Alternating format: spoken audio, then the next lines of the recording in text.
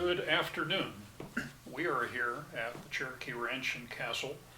Today is February 10th, and we're here for an oral history of you two gentlemen. So, age before beauty, we'll start with you. Tell me a little bit about who you are, full name, when you were born and where, and then introduce the guy to your left. My name is Nathan Allen Burt Jr. I was born in 1952 in Denver. This is my son, J.P. Burt. Okay, well, welcome to you both. Thank you. We're here for the purpose of an oral history. We're here at the Cherokee Castle because you both have a very intimate connection with this place.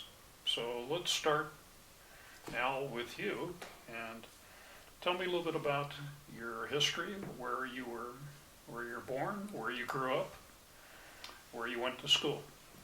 I grew up in Littleton, Colorado. I went to Littleton High School, and there's not much history there. You know, it's not to it at all. But the one thing about it is when I came down with MS, I did not ever take any school after that. So it was, you know, it wasn't any use doing that. So I pretty much didn't realize it wasn't fatal, but it is. It's not fatal. But at the time I thought, I don't have much time left. But now here I am, 67 years old. I think I'm doing better than almost all the MS patients in Colorado. Excellent. So here we are at Littleton High School, right off of Broadway. I vaguely remember that the Burt name means something relative to that area of South Denver. Would you elaborate on that if there is any connection? Sure. Nathan Beecher Burt, he came, he worked for General Motors for a long time, and then he got his own dealership down in Inglewood and further down Broadway, down in Inglewood, and then he finally moved it up to Littleton, and that was the start, and then he just kept building from there and building and Toyotas and Subarus, and so he just hardly ever stopped. When did he start that? I couldn't tell you the year. I was before I was born, I think. It was 39, Dad. 39? Okay, 39. See? Did you ever have any connection working at the dealership? I did. I worked there my whole life. When I was in high school, I worked there every day. And what did you do? I worked in the parts department, and because it was great, I got paid hourly wage, and I had more money than any other kid in Littleton High School. Did they give you a car to drive too? They did. Wonderful. What did you drive? All kinds of different cars, and they were just came out of Nate in those days. He would take his used cars and rent them. He would have a rental system, and so I could just take just about anything I wanted, and it was too dang easy. And you know, hopefully I didn't wreck too many of them, luckily. But you know, that's what happens when you're a teenager driver. You wreck cars. Wonderful. So, JP, tell me a little bit about your history of where you were born, where you grew up. So I was born in Denver, Colorado, at St. Joe's. I think, Dad, you were born at St. Joe's too, weren't you? I think so. I can't remember. And so my first home was here on Cherokee Ranch. I grew up here and got to explore a lot of this ranch and spent a lot of time on horseback and foot and being all over the hills here. And then, years later, I've had the opportunity to come back here a few times and share some of this great place with some of my coworkers and some of my closest friends. So, What do you do today? I see you're in a uniform of the Highway Patrol. I am. I didn't plan to be interviewed in uniform today, but I am the troop commander for the Colorado State Patrol that patrols all of Douglas and Arapahoe counties. And so today was kind of a special day. We pick a day every year to honor troopers who've acted heroically and acted with valor. And then we get some time to hear from our chief, Colonel Matt Packard, who's also a Douglas County resident, and get to hear from him about what our future of our organization looks like and really what his goals are. So all the troopers that work for me, about 45 of them, they had the opportunity today to kind of go through the whole castle and take the tour and sort of ingest some of the beauty of this place. Yeah, it is beautiful. Even on a day like today where the weather has been variable. Yes, typical Colorado. James Holmes, the executive director here, had posted something on Facebook this morning where he had a view facing to the west from the castle. The trees are all frosted white, and there's a layer of fog down in the valley by Sedalia, but we're up above it here, and the mountain peaks are visible up above. Gorgeous picture. Yeah, perfect. Good. So let's get back to how you both came about being associated with Cherokee Ranch. What were you doing in addition to working at the car dealerships prior to you come here, and when did you come to Cherokee Ranch the first time? I had zillions of jobs, and I was working in hospitals, and for the most part, and I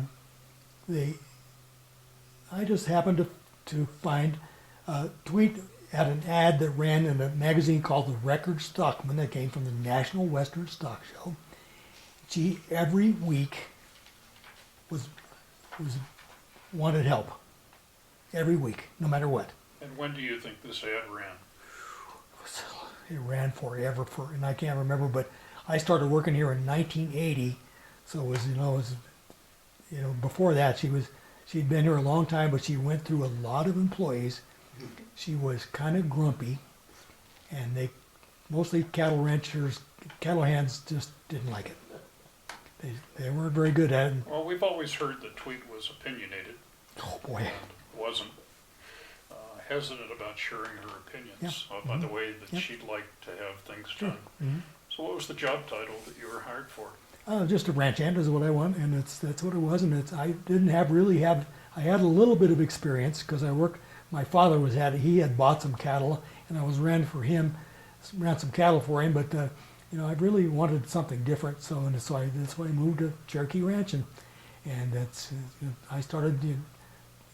Tweet and I from the start got along really, really well because I wasn't a typical ranch hand. I was a typical nothing. I grew up I grew up on a golf course basically, and so I could do all kinds of stuff, but and I didn't know that much about cattle, but she needed help really bad, and so as long as I didn't talk back too much, then I got along fine with her. How many people were on the staff when you started?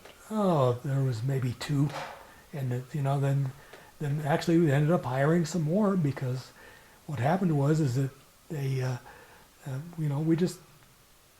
Kirk Kimball had just come back from the Army, and it was just, so we were rebuilding the ranch, which had been left alone for so long. It was kind of falling apart.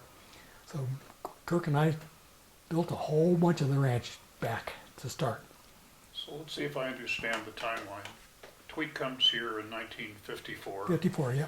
Announces that she's always wanted to have cattle. Investigates Santa Gertrudis from King Ranch. Some get shipped up from Texas. Meg Anderson has told the story of the first foreman, a French guy or whatever, who didn't want to work with those damn red Brahmas. Brahmas, yeah. Brahmas, yeah. And left, and so she fired him promptly and unloaded the cattle herself and found somebody else to help. Advanced this to 1980 or so. How many head of cattle were running at the time that you and Kirk were rebuilding the ranch? I think there was about 300 or 400 mother cows. That's a lot, so that's me, and calves too. Mm-hmm. Yeah, because this is a cow-calf operation. It was a cow-calf operation. It was, same thing. She had bought a land all over the place, and there was about 8,000 acres here. There's 3,400 acres roughly Right. about here now, Right. realizing some has been given away to She had about 8,000 acres, and that wasn't quite enough for that many cows. Was it all contiguous? No, it wasn't. It was It all was over all the over place. Douglas County. All over. No, it was back up from here over to 105, and but it still was kind of it was a big place. Yeah. So you had lots of property to look after. Yeah. Wells And that's what it was. to drill. No, we didn't drill any wells, but the same thing as Kirk he was very good. He'd lived here. He'd grown up here. Kirk had. And he taught me basically how this ranch worked and what to do, and he was extremely competent. He was really competent. So you started here in 1980. Mm-hmm. When did you end up moving here? That's when I moved here. Oh, When I started, yeah. right when it started. And Started. where did you live? I lived down at headquarters in a small house down in headquarters, and then I moved to this house next door over here, the Chickamauga house. Oh, how long afterwards was that? That was not very long because my wife and I got married in '81, and that was where we lived. Okay. Yep. And a few years later, J.P. comes along. No, not even that. It was close. It was really close. First son? Yeah. Oh yeah. Yeah. Oh yeah. We only been married once, and we got 2 sons. Why don't you tell me how you met your wife? I met her. I was working at a restaurant called El Rancho, which is up on I-70, as a bartender. And Lisa, my wife, was 16 years old, going to Evergreen High School, and she just wanted to do something. She wanted to get out of the house, and so she lived way up in Bear Creek, and she got a driver's license, so she could use one of her parents' cars to drive to work, and so she did. So that's what happened, and so that's when we met. We've been together ever since. And how old were you at that time? She was 16 and I was 24. Okay. Yeah. Good.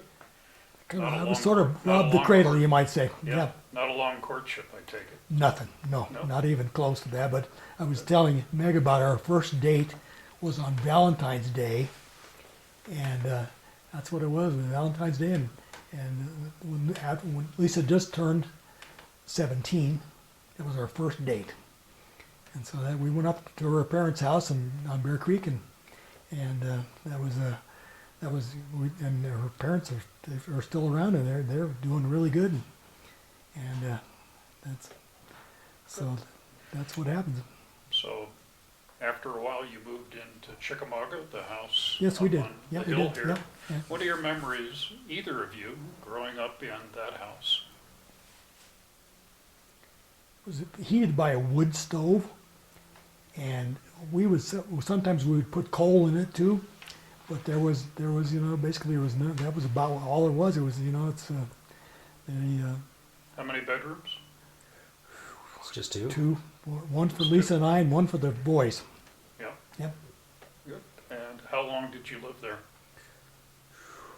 8 years. And where did you move after that? I moved up to Larkspur, Colorado. Okay. Good. JP, your memories of that house? It was right on the road, so you could kind of always know who was coming and going to the castle. It was kind of nice, even though the yard was fenced. It backed out at all these meadows and the 2 mountains just down to the south of the house there. So we had just a lot of free space to roam. There was a barn next to it. I think that was one of my favorites. Go play in the barn and then just hike around that entire area. And I broke my first finger in the backyard of that house. I was pushing a yellow metal Tonka truck through the backyard, and it got caught on a dog bone or something. And it came to an abrupt stop and broke my Whoops. finger. Yeah. A lot of times just hanging out on that back porch that's closest to the road during some thunderstorms and stuff. And there's some pretty spectacular thunderstorms I can remember when I was real young, just waiting for them to be over. But also just, I remember the small, it's not so much of a musical note, but KWA Radio used to play it in the morning when they would kick off their newscast, and he'd be up real early in the morning, and that little keynote coming out of the KWA Radio, I'd wake up and realize if I didn't get moving, I was going to miss my ride to go to the ranch with Dad. So I'd get up and pull on some cowboy boots and try to scoot out the door with him, and most days he'd take me with him. Some days we couldn't; it was just too cold, or they were going to be out doing something far away from the ranch all day. But it was a pretty cool house to grow up into, made of the same type of stone as the castle, and a little chilly in the wintertime, but that wood/coal stove was right outside my bedroom door, so I'd hear that thing roaring all night. But You're speaking of rhyolite. I am, yeah. That's what the house was built of, and that's what a lot of the castle was rhyolite too. Mm-hmm. That it is. Yeah. A lot of rattlesnakes, I remember that. One behind the stove in particular one morning when Mom was cooking breakfast, and Can make an exciting breakfast. yeah, Tweet was going to come in and shoot it with her handgun, next to the gas line, and my dad showed up just in time to take care of it with a shovel instead. But It's true. The gas one. Both of you growing up in that thing probably might have had an occasion of another broken bone at some point in your life. Did that ever happen? no, that was the only one I broke while we lived there. What about Al? No, I didn't. No? Didn't get No. thrown by a horse or any? No, He was injured all the Strange thing. all the time. He just wouldn't go to the doctor for anything. Yeah. He'd stitch himself up or Because tape I- it with duct tape or the something. symptom of MS is you don't feel pain, and so I didn't feel pain. Most people get kicked by cattle or Yeah, horses you or can. whatever. Well, you did have a significant injury in that barn you were building Yep. when that girder fell and cut off your toes. That's for sure, yeah. Yeah, Yeah, I'd call that significant. yeah. Yeah. Tell me a little bit more about that. Building in that, there's a big metal barn down at headquarters down there that we used it because we used to to treat cattle that had medical problems and to have calves in. There was a whole bunch of, you could put probably 12 cows in there with calves. Same thing all I was doing was we were putting a girder up. We were building, I don't know what it was. I don't remember what we were building, but we were putting a girder up and the rope broke Oh, and it came down on my foot. Yeah. chop off a toe, Two or three, right? Yeah. sew 'em Yep. back on? No. Nope. They're gone. Okay. Yeah. Didn't you get that scar on your face at the ranch too from that rope that broke? I got a scar right here, and that we used a pickup truck with a torp under it, and we would put old, we were re-roofing, and we would put old tiles on top of it and pull it off, and it was like a homemade dump truck. What it was, and the same thing. The rope broke, got me across the face, and yeah, get it nice, but Mark of courage. that's Yeah. you think For but 40 years he's had that scar. Badge of you would distinction. think it, but I got a picture of me smiling and laughing. I did not feel pain. It was just one of those things. I got bucked off my horse so many times, didn't seem to bother me at all. Yeah, What was Lisa's reaction when you would come home from She was- work and one of these things had occurred? hysterical. Yeah, but now she's over it. She's over it. She's 60 years old now. She's over it now. That's good. You mentioned that you were running 300 cows in a cow-calf 300 and some operation. cows. It would go back and forth, but we had way too many, and we overgrazed the whole place really bad, and it's just what happened. And so, So yeah. when you had more cows than you had land Yeah. to handle them, where did you sell your cattle? we could sell them at the National Western every year. We had a sale, and the same thing. And we sold them private duty every day or other, And we always had somebody to sell stuff to, and so there was, So Yeah. how many would you sell per year? I couldn't tell you exactly how many, but we mostly sold bulls. We sold bulls that people wanted to Breeding crossbreed. stock. Yeah, they wanted to crossbreed those. Because they ended up being 3/8 Brahma and 5/8 Shorthorn, and so they would be a good crossbreed for especially Herefords and Angus, and they would look really good. They make them a lot healthier and bigger too. Did you ever have any dealings with Lawrence Phipps III? No, I didn't. As we've heard the stories that when Mission Viejo came about and he was still allowed to stay ranching there, that there was always some discussion that the fences between the north side of Cherokee Ranch and the Douglas pasture on the south side of what became Highlands Ranch was secure so that there weren't too many hybrids as a result of that. You hope. I don't think that was exactly the case. Oh, I think he was making the point. Ah. Right, Meg? Yeah. That's true. Ever used the brush exchange to sell? No. No, didn't go up there. Nope. Good. So, some of the pictures that I'd seen for later on in the 80s indicated that you acquired some of your staff or you had some connection down in Dallas. Can you tell us about that? we went back and forth to Texas all the time, and it's the we always, believe it or not, we went to Houston more than Dallas. And it was after the stock show, we always went down to the Houston Fat Show, and that was a long drive back in those because Reagan had lowered the speed limit to 55 for everything. It was a long drive down to Houston at 55, and so we still did it. Yep. Still did it, and it was. Good. You mentioned that you showed at the stock show. Tell me about your experiences there. Every year we showed, and we hauled, at least, 2 or 3 bulls and a whole bunch of females down there, and there wasn't much of a show because there weren't very many Santa Gertrudis cattle around. We had the most of them, but there, people would come up from New Mexico sometimes with some, and there was so we would have most of the winners because we had most of the cattle. So that's what it was. So we did a lot of altar breaking of animals and treating them, and so that's what so you could just lead them around the stock show, and they were always nice, and they're nice animals, and after they got used to you. And good. What was the one name? Was it Little Governor? Little Governor, yeah. He was With nothing little about him, if I recall. no, he was a big animal, and Little Governor was named after Winston Roosevelt was governor of he was a governor down south. Anyway, and yeah, North Carolina. no, he was. Oh, that was Winrock.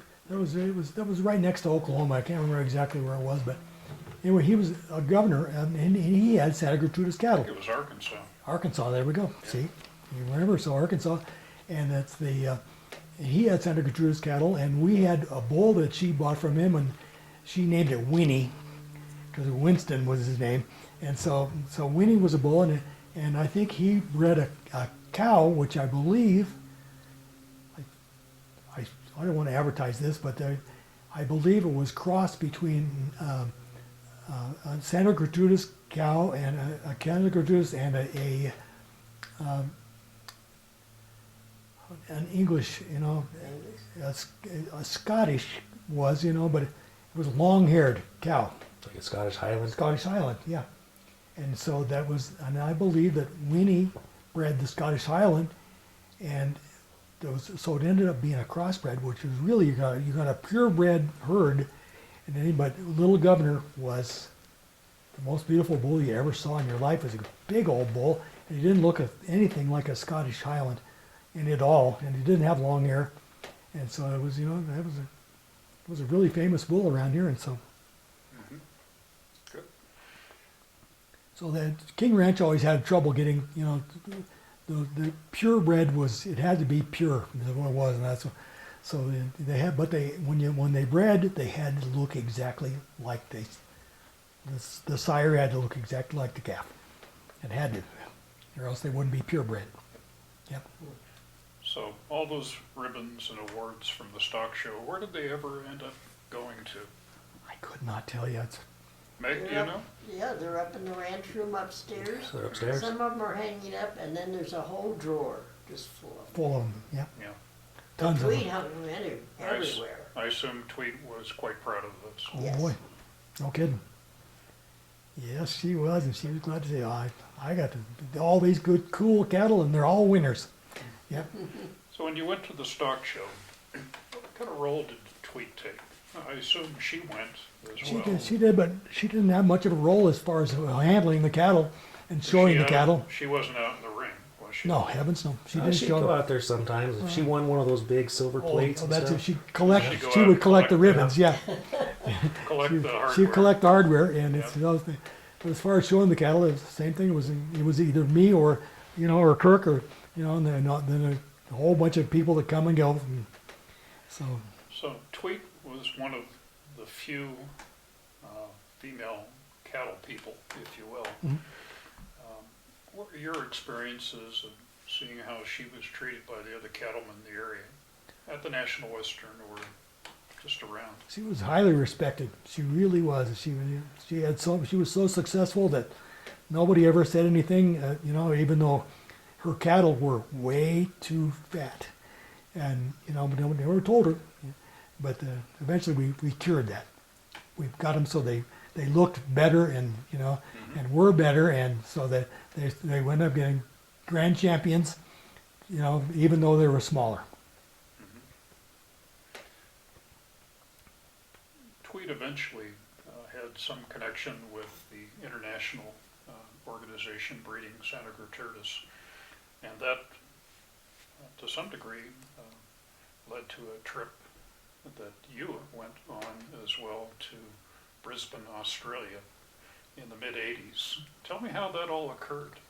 Oh, well, it's we went down all over the place, and the Australian the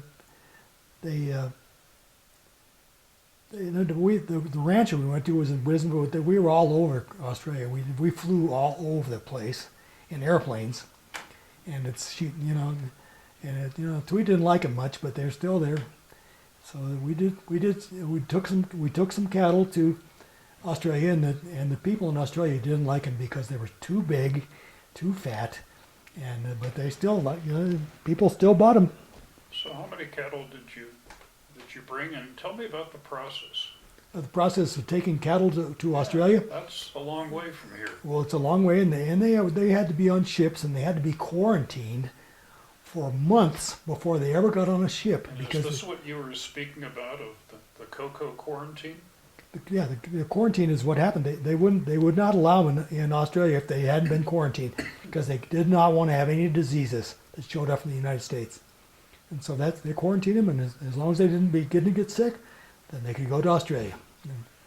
So they were quarantined, they were put on a ship, that took weeks, months, whatever, Yeah, a long time. to Yep. ship there, Mhm. and then you showed them, Yep. I assume, in different places in Well, Australia. the owner showed them that he bought them as the owners, Oh, and he bought them. yeah, he bought them and he showed them, and he bred them too. And he And bred so 'em. yeah, Is that Ron Cinnamon? Ron Cinnamon. And it's How long was that trip? the trip to Australia took forever on an airplane, but we went and visited we were there for several weeks to visit Cinnamons, and it was fun. We really had a lot of fun. We'd consider that a successful trip. Oh yeah, she loved it. I sold cattle in Australia. Yeah. Yeah. Most of the coast is where the population is. Is Well, that yeah. where you were? Yeah, that's where Brisbane is, isn't it? Right there on the Brisbane's coast. on the north side Yeah. there? Yeah, Yeah, and or it's on the east side. Yeah, yeah. the northeast side. And so if you go any further north, it's a lot hotter. A little further south, it's a lot colder. So it's a big country. Yeah, and then mostly in Australia, we didn't realize at the same time that almost all of Australia is nothing but sheep. Sheep everywhere. Sheep here, sheep here, sheep here. And so a few cattle. That's what they wanted. Yeah, just a few. Mhm. Yep. Good. Ron Cinnamon was here recently. Oh, no kidding. Came to visit, we saw him. So the Australian connection is still going. He's a nice guy, and his sons are nice people too. Yes, So yes. he had a beautiful ranch, and so the same thing. And and Australia is such a big place. He can't have his ranch is a lot bigger than Cherokee Ranch. Yes. Well, isn't he the one that had the 13 million acres? Oh, a bunch. Yeah. Yeah, he had 13 million acres, and he was here, and he said, "That's not a very lucky number. I better go get some more." And he did. He bought another million acres. Well, it's in Australia. You can do that because it's such a big place. That's right. That's right. So he did. But I want to hear more about growing up here and the things you like to do. Well, so there's certainly some good stories on Rattlesnake Road down below the castle. That old road was always a little sketchy. So depending on what the weather had been, sometimes it was in good shape and sometimes it wasn't. But if I recall, they had a road grader down at headquarters. Yeah, we did. And Dad or one of the other ranch hands would get up there and fix the road for Tweet. I think she actually liked driving Rattlesnake Road better than going over to Daniels Park. So just coming up and down that road was kind of completely different perspective of approaching the castle, obviously, than coming up from Daniels Park. But a lot of times, if I wasn't in school, the summer times, we would be out all over the place, riding a lot of horses, climbing a lot of hay in the hay barn, you know, trying to find ways to get into trouble as much as we could. And you know, we had so much area to explore, and I was pretty little. I was, you know, most of my memories are probably from the time I was about 4 till we moved when I was 8. And but in that 4-year span, I tried to leave no stone unturned in this place. And Tweet was always really cool. She really enjoyed having me and the other kids on the ranch here at the castle. She would host a lot of private Christmas parties and stuff like that, where it would be just the ranch hands and their families here. And She had an Easter egg hunt. she did have an Easter egg hunt every year for Easter, yep. And she didn't hide them very well. But you know, something that I was telling some of my guys earlier today, I remember at Christmas my dad and Kirk would play the piano out in the main hall out there. And they'd play the piano, and Twee would have a huge dinner for everybody. And we would go find ways to get into trouble or run around with the knight armor on our heads, or Oh, yes. we would go. You remember the time we knocked over the billiards table up in the balcony? I do, yes. I'm surprised nobody lost any toes in that thing. It was real old and it weighed a lot. And somehow we knocked a foot out of it, and it fell down and woke everybody right up. I would think. Yep. But I spent a lot of time here too in the Calcutta pool. In the summertime, my mom would bring me up here if I didn't go to work with my dad, and there used to be a steel slide down there that was about 1,200 degrees in the sunshine, and you burn your way down that into the water. I never thought about that, yeah. but I remember that slide. But yeah, it was just a lot of fun being so close to the castle. And if I rode my bike up here and Tweet saw me out there, she'd always invite me in and, you know, give me a snack or something. And there was what was the lady's name that released all the birds of prey? What was her name? Sigrid Ubacher, yeah. She died. Yeah. So I remember all these big events out in the front of the castle where she'd let a rehabilitated bird of It's prey still go. going. Yeah. They released 635 birds last year. Wow. Back to health. Man, that's good. There was no, that's what it was. It was they somehow had to keep prairie dogs. That was the only way they could do it, by letting those birds go. And once they did, the prairie dogs were gone. History. I remember Dave Youngblood spraying with the helicopter Yeah. down on the ranch too. Yeah. So that was my first helicopter ride, was having the field sprayed down there. Really? So, yeah, that was pretty neat. And I don't remember what else we did that day with that helicopter, but I think we went and looked at a lot of the ranch from above. It was just fun, and it's what Dave did. He just ran helicopters, and that was his. Yep.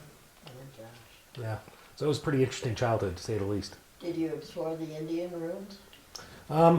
Not necessarily. I mean, we found a lot of Indian artifacts just hiking around. We would come across really almost perfect arrowheads on a regular basis, and my mom would kind of find them, and then she'd do some research on them and figure out what era they came from. And I don't think we ever sent them off or anything to be tested, but I'm sure some of them were really old. And some of the things up on top of the butte back here, you'd find just almost piles of them.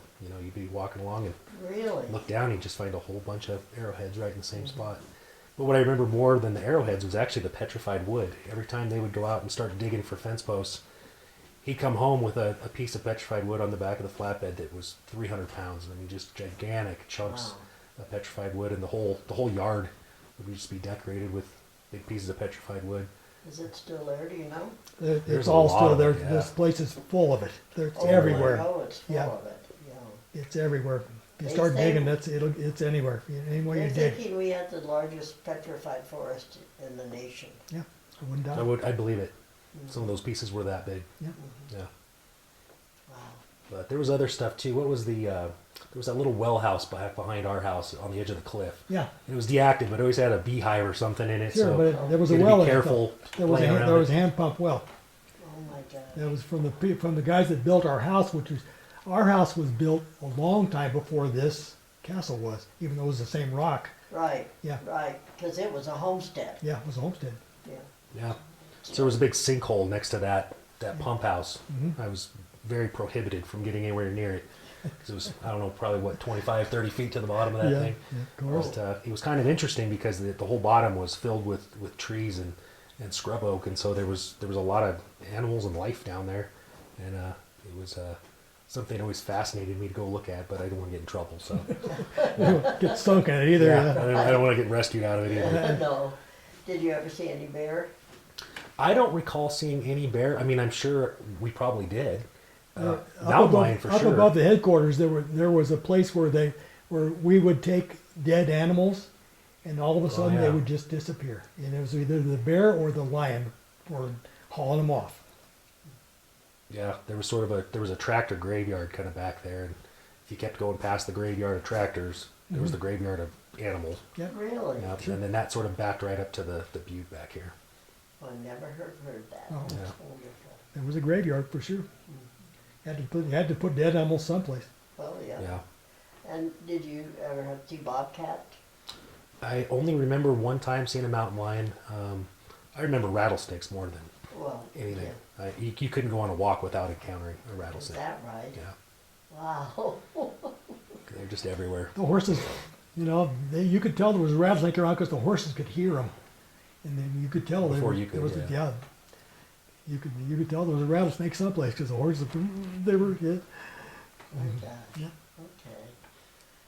So it was interesting too. I don't know if this is kind of the anecdotal stuff you're looking for, but the phone system used to ring if my mom, for example, called my dad down at headquarters.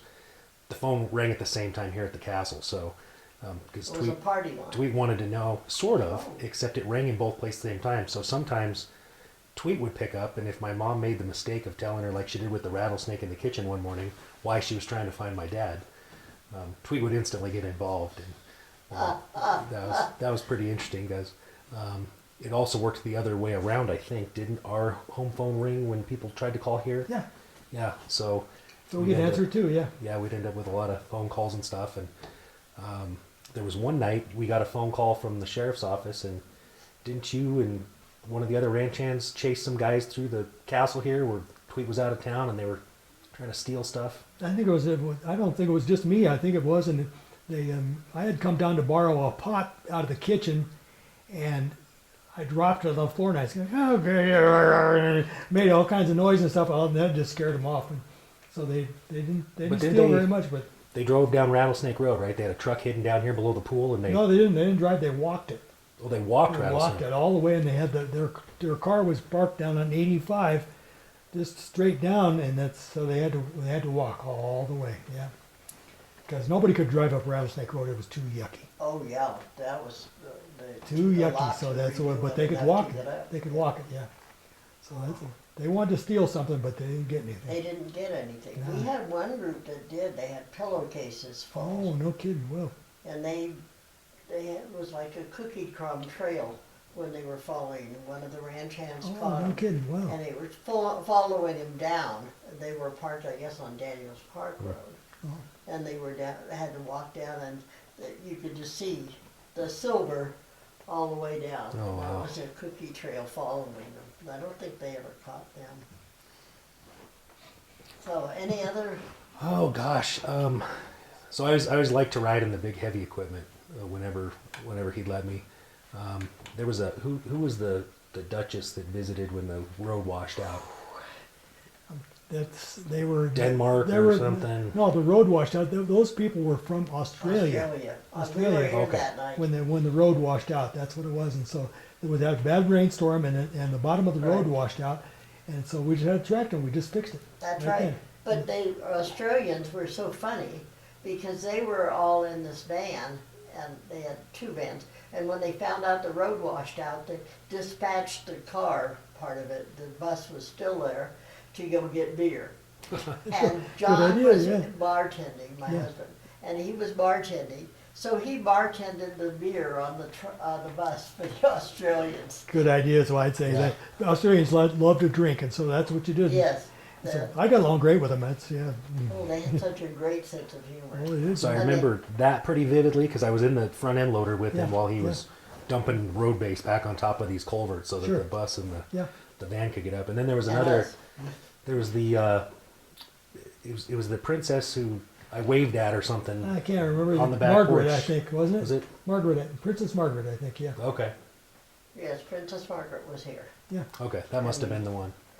We all had to wave at her. We were supposed to wave at her. Oh, right. And we were waving flags at her too. British flags. All right, we're back on Tweet and her stories. Well, let's start with the driving. Well, I remember she always had a gigantic black Lincoln in the garage and at least one or two Suburbans, which she drove everywhere. And I don't think she could see at all where she was going, ever. And I remember my mom being real upset whenever Tweet would take me with her to go. She'd have somebody in town and want to show them, and I'd be playing out here at the castle, and I'd say, I'll go, you know, and so I'd jump in because I didn't realize that she couldn't see where she was going. But, you know, I always liked climbing to that very back seat in the Suburban and as far back as I could because I think what do we have, a Subaru or something? Oh, You yeah. know, so by comparison, that vehicle was gigantic. Oh, yes. I don't remember ever riding in the Lincoln, and I don't remember her taking it out very Well, the often. Lincoln, no, the Lincoln died in a head-on collision, and it was, you know, it wasn't. After a while, it was. You know, I don't even know if it was insured or not. But it was completely crushed. Okay, I don't think we have that whole story of the new Lincoln. Why don't you tell that? Okay, then that's what it was. She bought a brand new Lincoln, and they brought it up here, and then she was driving the Suburban down, and they had a head-on collision. The Lincoln and the Suburban totally wrecked the Lincoln. It was a brand new one, and they were just bringing it up from the dealership. And, you know, that's what happens. And when, you know, we could do stuff like that. And so she liked that Lincoln, but it didn't last very long. I would say not. Yeah. She had a whole bunch of different cars, and she bought from my grandfather, and she believe it or not, she bought a Subaru from my grandfather and wrecked it. Same thing, that's, you know, but the Suburbans were, you know, they were harder to wreck, so they lasted longer. Right. Yeah, I don't know if they were harder to wreck, they were just harder to kill. harder to kill. Yeah, Yeah. they were harder to They kill. were a little so- hardier vehicle. yeah, so that's what it was, and her eyesight was, and it was awful, and they could not fix it. You know, optometrists, or you know, they could not fix it. No way. Right. So she just had to feel her way along all the time. And, yeah, so she made whole bunch of little tiny wrecks. That's what people do. Yeah. She did that. Well, we did get another Lincoln later on. Oh, that's good. It was a used. A used one, Lincoln, yeah. And we've just gotten it fixed up. Oh, good. Well, Thank goodness. sort of. We got Sort of. all the, what's a bird? Not, A Thunderbird? no, No? no, it's not the car. Anyway, it was a mess, and they Yeah. got it washed and cleaned, and it still runs. And Amazing. they actually got a cover for it. It's been down in the barns. So. Keep it safe. Yeah. We're trying. It was gone for quite a few years, Oh, and well. then we bought it back. Yeah. So, all right. Were you here for the flood? Yeah. No, the flood was for me. I was living in Littleton during the flood, and I was living in right next to the river, and then luckily it didn't get our house, but it got our neighborhood bad. Some of the houses just got plain washed away, and that's what happened. And so that was a long time before I ever started working for Tweet, though. Okay, Yeah. that was 83, I think. Yeah. Yeah. Oh, the flood was 65. 65. Well, yes, you're right. I was. 65. But anyway, I it was wasn't here for the it was a flood. bad flood, and it was the same thing. It was the creeks down here, and the river was, they all at the same time, they all flooded at the same time, and they got down to Littleton, and man, they took bridges out and houses, all kinds of stuff. There were some blizzards though when I was little. We had blizzards too. big Yeah, ones, there deep was some ones. bad blizzards. Yeah, so that was but you're thinking, you know, I can't remember what year Probably it was, 82, but we 83, had somewhere we there. had somewhere. 82, Yeah, 82 was. Christmas, I Christmas was- Eve 82. Yeah. too little to remember, but the 89. photos mom has show it, you know, being 4.5 feet deep out in front of the house. That was it. I remember I had to drive all the way down to my mother's house in Denver because she thought she was Santa Claus, and I was supposed to pick up all the presents and bring them home. So I had a chained up truck, and I had to drive it down to Denver and then bring the presents back in the chained up truck, and it was a mess. It was a total mess. 3 miles an hour the whole way probably. Probably took me all night long or something, but Well, did Tweet have a favorite bull? Was it Little Governor? Little Governor was it? her favorite, see, there was all kinds of bulls, and you know that I don't know where Ruler came from, but he was a really good bull too, and he looked good, and he was very tame, and so that was another one that she liked him a lot, and so that was at least when I worked here. Mhm. So then anyway, we started doing artificial insemination when I was working here, and she had a whole bunch of semen from bulls. And she still does. Yeah, and so we would artificially inseminate the cattle in those days because those bulls were too big and they could break cattle down easy because they were too big, and Yeah. and it wasn't good for the bulls either because they would have problems too just from trying to mount cows. It was just too much trouble.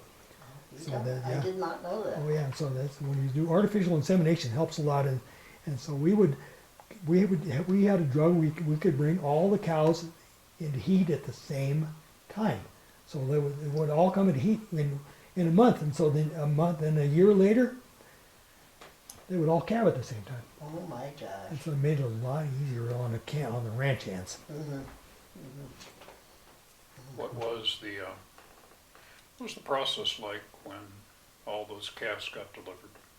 Oh Or boy, a few months It later was- when branding occurred or it other wasn't. things? It wasn't. We didn't. It didn't. The branding was a lot later, so that we didn't brand baby calves at all. So it was just easier to have calves when everybody did it at the same time because because you didn't have to watch constantly because they would calve about the same month, and so that helped a lot. And what month of the year was that? And we tried to do it in March, and that's a good time to do it. And so it was nice when we had drugs that we could actually bring them into heat at the same time every year. Same time as great ranch hands just gave drugs. We really know what we were doing, right? So How we. about the branding? Branding, they would generally be the calves generally would be, weaned a long time ago. They would generally be yearlings when they were branded, so that'd be a long time later. And so that was, our brand, the TKR brand, was really hard to do because it was too close, and if you didn't do it right, you just ended up with a big scar that didn't show anything. You had to do it just right, and so that's what it was. And you guys tagged ears too, didn't you? Yeah. I have memories of you guys tagging ears. Everybody, all calves got ear tags Right, because you keep track of them that way. Right. Yeah. right. So you keep track that way, and then once they get branded, then you can be okay. And that's what happens. And you cannot sell animals that don't have brands because there's a brand inspector, and they have to approve. So the brand inspector has to approve their brand, and so that's what it is. And so if you don't do the brands right, it just looks like a big glob of scar. Yeah. Oh, wow. Well, do you want to tell the story about Tweet's husband and at the dining room table? Well, this was the Tweet's first husband, who was he was in the World War II. He was kind of a, I don't know, he was kind of what do you say? He was in the OSS. Well, the OSS, but I was trying to think of a word for that, but he was a spy, is what he was. So, This is Merrick we're yeah, talking yeah, about. he made a lot of money in Europe, and so that's how he ended up buying this place for Tweet, and they didn't get along very well after they came back to the United States, and he bought this place with the proviso that Tweet never ever went east of Mississippi River, ever. Even a visit. Ever, for no business. And she belonged to a club in Washington that she paid for every month, but she wasn't allowed to go there. She still paid every month. Same thing. And so then after he passed away, then she could go there, and she did. One day she went to that club in Washington, and they had never seen her, and they say, "Who is this?" And you mean you're a member here? But how come we never see? She'd been a member for years. It was a club, and she had to pay a monthly fee, but she The paid it. Soul Grave Club? I, Is that it? I don't remember what the name of it was, but it was, yeah. Same thing, it was, they were so shocked, they were having heart attacks. Those poor people in Washington, finally this person that never showed up one day. Yep, that's what it was. So she was glad to be able to go just travel to the east when she wanted to. Mm. So she would like to go to Chattanooga, but she couldn't because that was the east of the Mississippi. Right. Yep. Her cousins used to come here to visit her. Yeah. She had a lot of cousins. Oh yeah, boy did she. That's a big family. Chattanooga's full of them. Yep. So that's. You remember meeting some of those I did, yeah. when they came? Yeah, I did. And they were very interesting. And I met one of their lawyers one time. He was wandering around here inspecting some of the places that she had bought. She bought a whole bunch of little dairy farms, and then kind of put them all together. And he was saying that the family in Chattanooga was spending $1 million a year on wheat. Mm. Yeah, she was. That's what she was borrowing it from, $1 million a year. So that's what shows you what that family's worth. It still is worth a lot of money, I'm sure. Well, they had to sell that house that they had there. And Well, yeah. everything, yeah. But back to Merritt. Okay. He was here for a wedding, is that right? Something like that, and there was a big party in the dining room in there, which you've seen it as, and that Tweety loved just have gigantic parties and just fill it Yes. up with people, and he was okay, except for that's because of the altitude of this place is 6,000 feet. That your alcohol gets you big time Yes. when you're used to sea level. Yeah, it's like he just drank his usual drinks, and all of a sudden he was really drunk and passed out at the table. At the table. At the table, yeah. That's what he did. So that's okay. People do that all the time, especially in Colorado. That's what happens. Yeah, Yeah, it is. The altitude does People make a come- difference. people come from sea level, and all of a sudden everything changes. Okay, do you remember any other things when you were growing up? Oh gosh. So one of the other ranch hands, Will and Cheryl, they got married here at the castle, I and catered that. Luke and I we had some role. We had bow ties, I remember, and I think maybe Tracy was the flower girl. Oh, Tracy. Yep. And so that was kind of a cool memory because I think it was in the spring. It was right after Easter, so it was really nice out. And as you brought up earlier, the Easter egg hunts every spring. You know, she'd hide them down there around the pool and out above the guest house and all that kind of stuff. Actually the upper entrance to the guest house from the driveway. What are those things called? The cigar Indian. Can't remember Cigar that. store. Yeah, The there's cigar store Indian. Yeah, there was a chief in there. Was a big one, and it was sitting right inside the door, looking out the glass. And I was just terrified of it for some reason. And I really wanted to go in there and explore that guest house down there, but I wasn't willing to walk past that. not that wooden cigar statue. No Indian. way. And, That but, Indian is upstairs, you know. oh, I did not know. Well, I saw that it was a different one. I thought Well, it was it's a a chief. woman.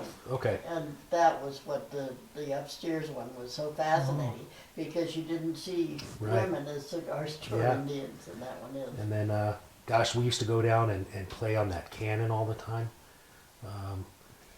I don't even know if it's still down there, but that. It's up, right, you walked by it on your way in. Oh, did I? Okay. Yes, it's called the balloon gun, Well, it was. because it was designed to shoot down dirigibles.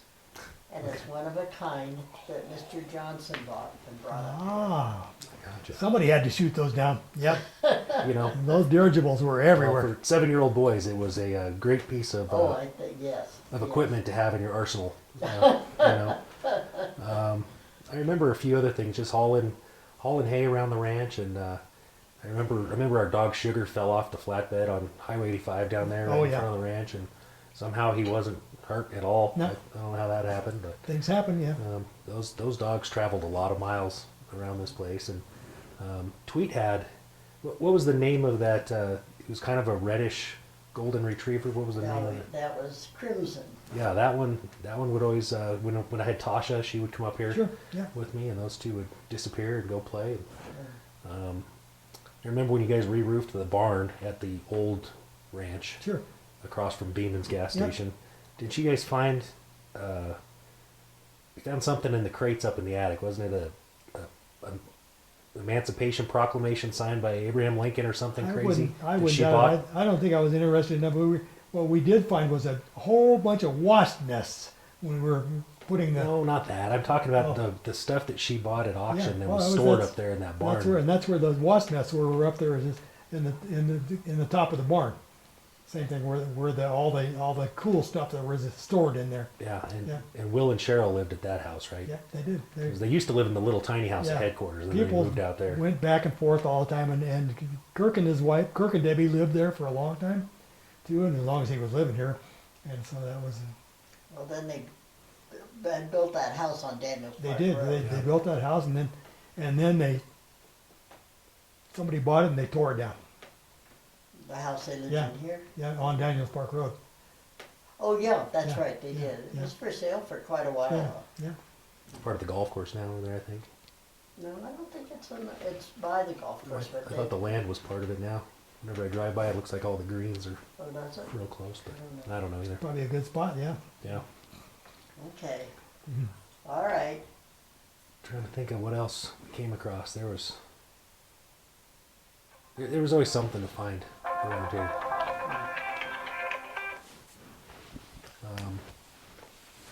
What was that junk pit across from the house? Do you remember that? If you crossed from the barn, I think. you're still on there, Dad. You have to hang back. There you go. Yeah. So directly across from the house, across the road in front of the barn, and there was that really old junk pit, probably from the homestead days. And we used to pull all kinds of old antique bottles and everything out of there. All kinds of That might stuff. have been the Johnsons. Some man from Sedalia was up here. It was a whole group of old timers from Oh, Sedalia. yeah. And he said, I built a bicycle out of that. I wouldn't doubt it. There was a little bit of everything in there, And yeah. that's what he said. And he said the Johnsons would just throw all their things Sure. off the hill or something. I don't know. Yeah, it was a pretty substantial, it was a depression in the ground, probably 30, 40 feet across, and there was all kinds of stuff in there. Oh my gosh. You had to put your junk someplace. Yeah. Yeah. Okay.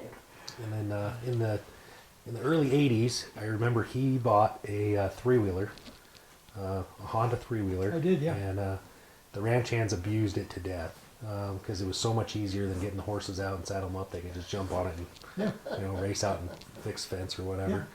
And my mom's brother Kevin, Tweet hired him one year. I think he re-roofed our house that summer, and I then think so. Yeah. there used to be those bright orange no trespassing signs on all her fence all around the ranch. So he's the one that hung all those. What was that? Yeah, right? I don't know, she probably didn't pay him very much, but he drove that three-wheeler around the whole ranch hanging all those signs. Either mostly what he wanted to do was drive the three-wheeler. Yeah. Yeah, probably. And make a little money. Yeah. Kevin was a pretty young guy back then. Yeah. And then who did the bluebird boxes? Hundreds and hundreds of This bluebird was the boxes. guy. He was an army vet, is who Right. he was, and I don't remember his name, but he came in. He put bluebird boxes everywhere he could on the roads, on Deer Tail Road and on Rattlesnake Road, and there's man. I tell you, that's when And they're still going they somewhere. are still going, Yeah. and that's when Lisa and I started building bluebird boxes, and we still put them up in our house. Oh, really? So we always have bluebirds. We got bluebird boxes right there, front and back. That's wonderful. It is. Well, Tweed started that because they were endangered. Mhm. Mountain bluebirds were. For sure, yeah. Yeah. And that's why that guy was doing it. Yeah, I think he was a Vietnam vet. And he had some disability, He did, yeah. and I can't. But he still put them up anyway. Yeah. Yep. Oh, Yeah, and I remember the day he brought the turkeys home yeah. in the giant cardboard box. Sure. Oh, those turkeys. Yep. Yeah. Well, tell it that we don't have that. The turkeys. We don't. On What do you know? Yes. So So that's what we did. We in the barn right outside the house over there. We started raising turkeys in there, and that was the only place we had to raise them, and it was a lot of fun because turkeys are they're gregarious too, just like cattle. They're gregarious, and we got along great with them, and it didn't take that much, long to raise them. We just had to feed them. That's all. And then pretty soon a Tom came along and just wandered away with them. And then we never saw them again at that barn, but they went over to Castle Pines. We sure have a lot here now. We do, yeah. And they weren't always in the coop. I remember when they got big, they'd start like flying up into the low branches of the trees around the barn, and they hung around the house and the barn there for, I don't know. Well, I was little, so my perspective on time is probably a long time, but Yes. it was probably at least a couple months thinking back. And now, I live 10 minutes from him in Larkspur, and we've got turkeys everywhere. More turkeys than we know what to do with. Yeah, that's Yeah. what it is. And those were Eastern turkeys is what they were. And that's what it is. And here we are. This is not East. That's not. No, yeah. Definitely not. Yeah. Yeah, they definitely flourished here. Right. Anything else you can think of that we haven't covered? Oh or- man, the donkeys. We had those Donkeys. donkeys that would wander yes, around. we did, yeah. And the one with the black and the brown and white one, his name was Yang. And that's why would you name a donkey Yang? But that's what his name was. Was there a yin too? There was Yang. Yeah. Was there? Yeah. Well, yin and yang. Yeah. Okay. So that was the first almost horse I got kicked by. Yeah. They were usually really tame, and I think probably because of the mountain lions and stuff, that's why they were kind of wandering. But they had free reign; they just went wherever they wanted, and Sure. they would hang around the barn down by our house quite a bit. And She used to call them the pensioners. The pensioners. That's a good idea Pensioners, too. Yeah. That was what Because they were old. Yeah. but I walked up behind one, not thinking about it, and I got double kicked and flung back, and I got up thinking I was going to be real hurt, and nothing was wrong with me. And I didn't want to tell my parents because I thought I'd get in trouble for spooking a horse and getting kicked. So Spooking the donkeys. there you go, Dad. I'm telling you now, I Okay. got kicked by a horse. That's good. At least a donkey. Kicked by a donkey. Yeah. That's okay. Yeah. We'll do that. Gosh, I remember those. Somebody gave you those. What were they, like thoroughbred race horses or something? Yeah. There was. Yeah. And we went. Where'd we go to get those steamboat? All the way. Yeah. That Way just up about there, that. yeah. That area right there. And Yeah. we got them back, and we were unloading them next to headquarters. And one of them got pretty upset and ran. Mhm. And there was a big old pile of the T-posts laying next to the Yeah. pump house, and that horse bailed Ran right through them. Right into him. Yeah. And they had to put down the horse within 20 minutes of getting it back to the ranch because it was busted up. So anyway, he didn't want him. That's why he gave him to us. We didn't have to buy him. He Oh. gave him to us. Yeah. And I remember them being very great horses. I Yeah. think all the old quarter horses were the ones that. Because the thoroughbreds are always good horses, but that's what So you just never know what it might be. That's I just don't remember them ever getting used after you guys brought them down here from no, we just Steamboat. never They did just much. sat up there. Because we were ate using a alfalfa. motorcycle. Oh, nice. Yeah. We had a three-wheeler. Yeah. So I still have that three-wheeler, by the way. Still runs. So don't ever buy anything but a I Honda. restored it That's all a you few want to do. years Yeah. after we, How a about that? few years ago, yeah. Mhm. That's great. So. That's great. Well, Mark, do you have any more questions or? I just wanted Al to hear if you had any unusual memories of Tweet. There were so many memories of her that that's the main one I remember was we were working cattle in our it was before we rebuilt all of the working stuff and Tweet was very obnoxious about working cattle and she always wanted to have shots of vitamin A. Yeah, vitamin A, okay, all right. Yeah. But she didn't trust you not to give it, and she was after Kirk all the time. Did you give the vitamin A? Did you give the vitamin A? And eventually he got so mad, he said, "Arr!" and so then she turned around and said, "Okay, you're fired." She fired her son right there, and we were not even done working the cattle yet. And that's that's the way she was, and that's the way he was too. He has a bad temper too, and so that's between the two of them, there wasn't much to do. But so anyway, so I stayed there and kept working the cattle, and so that's when I became the ranch manager right then. Right then, because Kirk got kicked out of there, and so then who knows what happened? He was supposed to inherit a whole bunch of it, but he got it didn't happen. Yeah. Good memory.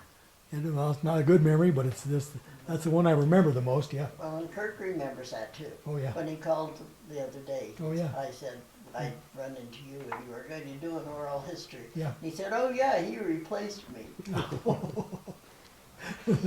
And we still get along just great, you know. And I haven't seen him for a while yet, but same thing as